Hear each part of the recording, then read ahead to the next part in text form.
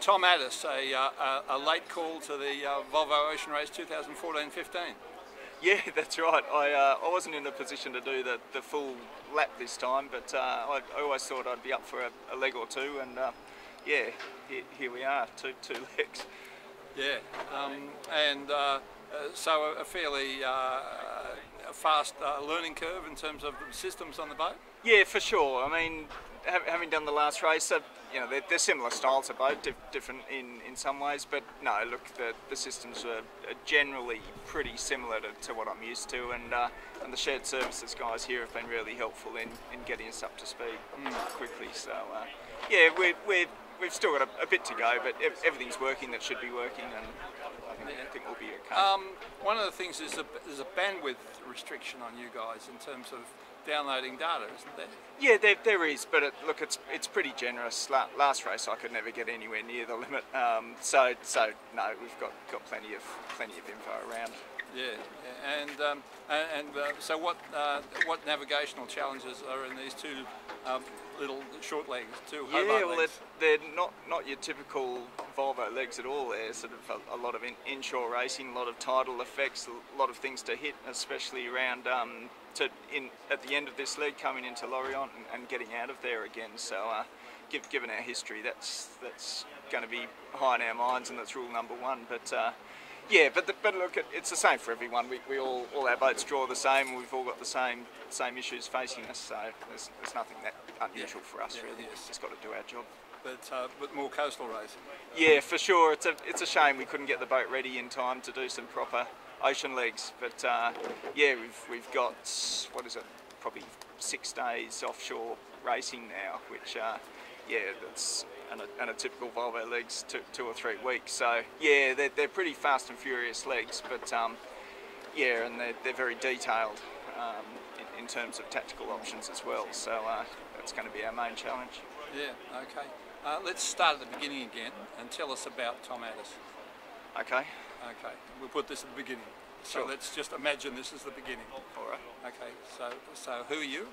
I'm Tom Addis. I'm a meteorologist, professional navigator. I've got a background in mathematics and that sort of stuff. But yeah, I love ocean racing. Not so much the inshore stuff, but ocean racing. Just suits me, and I enjoy that as a meteorologist. You get sort of instant feedback on whether you've made good decisions or bad decisions, which is something you tend not to do when you're on land. But, And you've been around before. yeah, yep, twice before. Telefonica Blue, I did some legs with them, and then last race with Puma. And yeah, I'm happiest offshore. I love this event. I love the people that do it, and yeah, it's a big part of me being here. I just such a great team of guys, and the team's managed to stick together through all these dramas, and that's been really significant for me. Yeah, to come and get involved. And you can understand some of the accents. Yeah, for sure. We've got, what is it, two Kiwis, 2 Aussies, so that's half the crew, and got a couple of young Danish guys, and Chicho I know really well as well. So yeah, I know most of the guys, so yeah, they've made it very easy for me to slot in. And quite an amazing effort they put together to get the boat here. Oh, for sure, yeah. Obviously, as most people would have felt really strongly for Vestas, a new sponsor in the race, and they do work that I really believe in. And yeah, great group of guys. And before the race, I was thinking that's the best group of sailors in this race. They were late starters, and they're going to take a while to get up to speed. But yeah, and the fact that they've stayed together and kept their sense of humour and kept their good attitude through all of this, and it's yeah, it's pretty amazing to be part of that.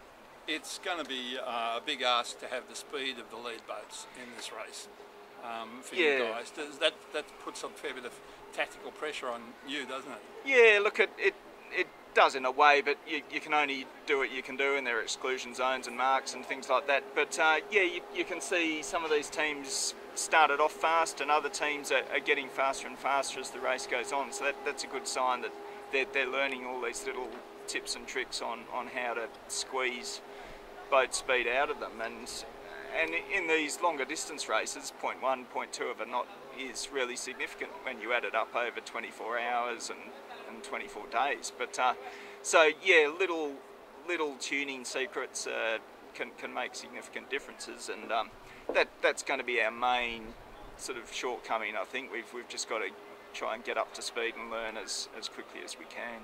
The use of radar, has changed the whole way people have raced in this.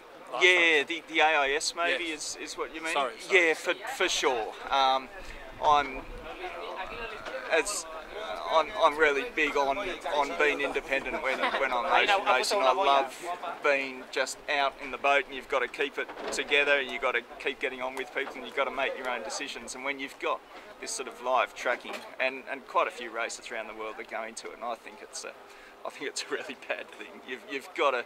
One of the great things about ocean racing is making your own decisions for your own reasons. And if you start providing too much information, it stops becoming ocean racing. So yeah, I'd be really keen for that rule to change, but we've got it for these next two legs, and we've just got to work with it. But you need a lot of discipline not to just freak out at somebody else making a manoeuvre. You've got to have a plan. You've got to know why you're doing your plan. If you're tacking on somebody else's shift or just following them, you're not doing yourselves justice. So yeah, you need a lot of discipline to do your own plan, and yeah, decisions are often made relative to other boats, but you've got to understand it yourself. And the big danger with AIS is you don't understand what you're doing, and yeah, it's a shame, I think, but we'll work with it, and off we go. Okay, thank you very much. That's good. Pleasure. Righto. All right. So interesting times. Yeah, it is. Yeah. Well.